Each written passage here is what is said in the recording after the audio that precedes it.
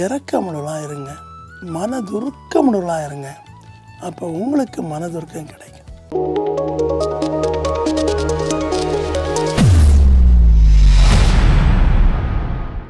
ரூத்துடைய வாழ்க்கையை பற்றி நம்ம போன முறை டிஎம்மில் பார்த்தோம்.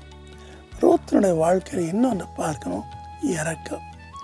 She is a woman of merciful and she is a woman of virtue and hard working.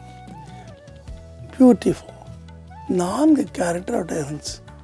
அழகான பெண்மணி, கற்புள்ள ஒரு பெண்மணி, கடினமாக உழைக்கூடிய ஒரு பெண்மணி, இரக்கமுள்ள ஒரு பெண்மணி. இளம் விதவையாக இருந்தால் கூட இந்த 4 கேரக்டர் அவர்கிட்ட இருந்துச்சு. கடினமாக உழைக்கிற பெண்மணி, தன்னுடைய மாமியை நேசித்த ஒரு பெண்மணி. பொதுவாகவே மருமகளுக்கும் மாமிக்கும் ஒத்திடவே செய்யாது. நம்ம எங்கே போனாலும் பார்க்குறோம் இல்லையா? ஒன்று மருமகள் மாமியை குறை சொல்லிகிட்டே இருப்பாள், இல்லை 70% மாமியார் தங்கள் மருமகளை ஒரு அடிமையாக நினைப்பாங்க. அது இந்த நாட்டுடைய பழக்கம். ஆனால் பாருங்கள், ரூத்து தன்னுடைய மாமியை ஆறுதல் படுத்துகிறான், அவன் மேலே இறக்கப்படுறான். அவன் உழைக்க போவேண்டாம், நான் உழைக்கிறேன் அப்படின்னு சொல்கிறான். இரக்கமுள்ள பாக்கியவான்கள் அவர்கள் இரக்கம் பெறுவான்னு சொல்லி மத்திய 5:7 பார்க்குறோம். அதே போல் வேதம் சொல்லுது, அங்கே நீதிமொழியின் புஸ்தகத்தில் 23ஆம் அதிகாரத்தில் 22 உன்னை பெற்ற தாவன் சேவை கொடு, உன் தாய் வயதாகும்போது அவளை அசட்டை பண்ணாதே. அதே போல் முதிர் வயலுக்கு முன்பாக நீ எழுந்து அவளை கனம் பண்ணி உன் தேவனுக்கு பயப்படுவாயா. லேவியராம் 10:32. ஸோ இன்றைக்கு அநேகர் தாங்க மேலே வந்தோடனே தாய் தகப்பனை மதிக்கிறதே கிடையாது. தாய் தகப்பனே மதிக்காதவங்க எப்படி மாமியை கவனிப்பாங்க? சென்னையில் ஒரு குடும்பம் உண்டு. அந்த குடும்பம் ஒரு நல்ல ஒரு குடும்பம். புருஷன் ஐடியில் வேலை செய்கிறாரு, ஒய்ஃப் பியூட்டி பார்லரில் இருக்காங்க, நல்ல சம்பாத்தியம். அந்த புருஷனுடைய தாய் வயசானவங்க. ஆனால் அந்த மருமக ரொம்ப ஆச்சரியம், மாமியை தன்னுடைய அம்மானே கூப்பிடும், அம்மான்னு தான் சொல்லும். இந்த மகளுக்கு நான் ப்ரேயர் பண்ணும்போது ஏசப்பா 8 வருஷம் கழித்து ஒரு பொம்பளை பிள்ளை உருவாக்கினார்.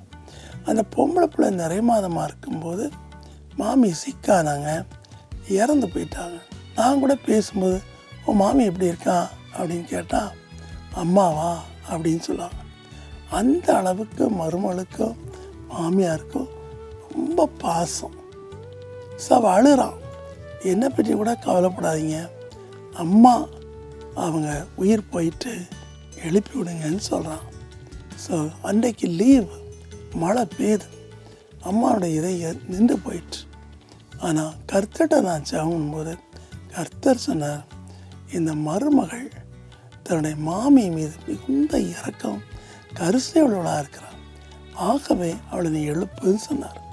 அதே போல தான் நான் அங்கே இயேசுவின் நாமத்தில் அந்த அம்மா மீண்டும் ஹார்ட் துடிப்பு வரட்டும்னு சொன்ன பிற்பாடு 3 நாள் கழித்து நார்மலுக்கு வந்தாங்க, உயிர் பெற்றாங்க.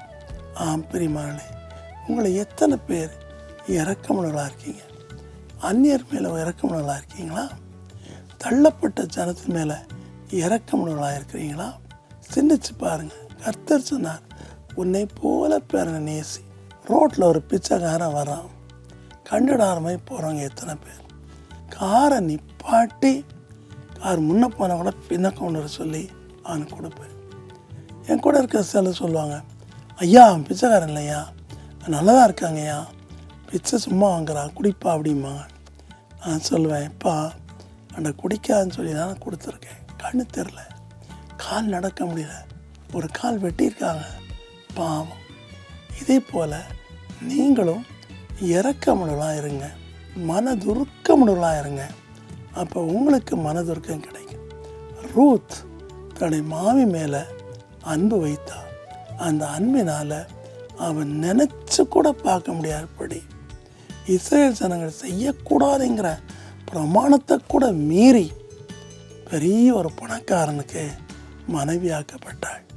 சொல்லப்போனால் தாவீதினுடைய கிரேட் கிராண்ட் மதராக மாறிட்டாள். அது மட்டும் இல்லை, இயேசுவின் வரலாற்றிலும் அவருடைய பேர் இடம் பெற்றது. நான் பல இடங்களுக்கு போகும்போது என்னை அறியாதவங்க என் மேலே ரொம்ப பாசம் காட்டும். ஆச்சரியமாக இருக்கும். ஒரு சமயம் ஒரு குறிப்பிட்ட ஊரில் ஃப்ளைட் ஏற வேண்டியச்சு. இமிக்ரேஷனுக்காக நான் போகிறேன். நான் டிசம்பர் 12 விழுந்ததுலேருந்து என்னுடைய முதுகெலும்பு பயங்கரமாக பாதிக்கப்பட்டுச்சு. பயங்கரமாக ட்ராவல் பண்ணால் ஸ்பாண்டிலைஸ் திடீர்னு கீழே விழுந்துடுவேன். கூடவே ஒரு பையன் இருக்கணும். ஏர்போர்ட்டில் போகும்போதெல்லாம் வீல் சேரில் தான் போவேன் அல்லது ரொம்ப கஷ்டப்பட்டு போவேன். அந்த இமிக்ரேஷனில் அவங்க நிற்கணும், கை இதெல்லாம் உயர்த்தணும். அப்போ என்னால் முடியாது, இதெல்லாம் தாண்ட முடியாது. இப்போ பாருங்கள், அங்கே ஒரு மிஸ்டர் யாதவ் அப்படின்னு ஒரு ஆர்பிஎஃப் ஆஃபீஸர் ஓடி வந்தார். நான் இங்கிலீஷில் பேசி கையை பிடிச்சி மெதுவாக கூட்டிகிட்டு போய் அந்த தளவாட வேண்டாம் சைடில் கூட்டிகிட்டு போய் அவரை செக் பண்ணிட்டு உட்கார வச்சு அவ்வளோ அருமையாக என்கிட்ட பேசினார். என் மகன், என் கூட இந்த அசிஸ்டண்ட்டு, அவங்களாம் இமிக்ரேஷன் முடிச்சு வந்துட்டாங்க. அப்பவும் என்னை விட்ட பாடில்லை. எனக்கு ஆச்சரியமாக இருந்தது. முன்பின் தெரியாத மனுஷன், பீகார் இது சேர்ந்தவர். அவர் சொன்னார், ஐயா உங்கள் மேலே இரக்கம்ங்கிற ஒரு ஒளி இருக்குது, நான் இன்றைக்கு தான் அதை பார்க்குறேன் அப்படின்னார். என்கிட்ட எவ்வளோ பெரிய ஆஃபீஸர் அப்போ சொன்னார், இந்த ஊரில் இமிக்ரேட் வரும்போதெல்லாம் என் பேரை சொல்லுங்கள், நான் வரேன், எல்லா ஹெல்ப்பும் பண்ணுறேன், நீங்கள் காரில் இறங்குறதுலேருந்து எல்லா ஹெல்ப் பண்ணுறேன். ஆம் பெரியமாளே, நாம் இரக்கமுள்ளவர்களாக இருப்போம். இந்த இரக்கத்தின் அடிப்படையில் ஸ்டார்ட் பண்ணணும்னா ஸ்டே சேஃப் ட்ரஸ்ட். கடுமையான உழைப்பாளி ரூத் ஒரு நாளைக்கு 5.5 கேலன் அந்த கோதுமை மணிகளவை கேதர் பண்ணுறான். கிட்டத்தட்ட 22 லிட்டர். கடுமையான உழைப்பாளி. Woman of வேர்ச்யூ. போவாஸ் சொன்னது போல் மற்றவர்களுக்கு பின்னாடி, தன்னோடு சேர்ந்தவர்களுக்கு பின்னாடி அவள் போகாமல், ஈஸியாக இளம்பெதவேள் தவறு செய்யக்கூடும், போகாமல் கர்த்தரை நம்பி இருக்கிறான். மாமி தான் அவருடைய ஃப்யூச்சருக்கு வழி திறக்கிறான்.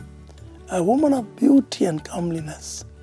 பாருங்கள், பெரிய போவாஸ் அவள் மீது தன் நம்பிக்கை வைக்கிறான், அவளை கல்யாணம் பண்ணிக்கொள்கிறான். இதுதான் முக்கியம்.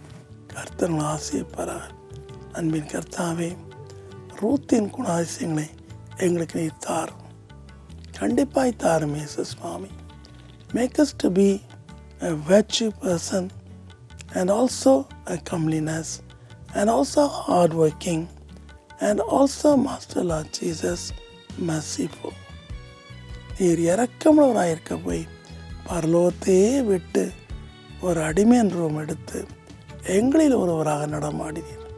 எங்களுடைய கஷ்டங்கள், துன்பங்கள், பாவங்கள் எல்லாவற்றையும் சுமந்து எங்களுக்கு விடுதலை தந்தீர், மன்னிப்பை தந்தீர். அப்படிப்பட்ட குணத்தை எங்களுக்கு தாரும்.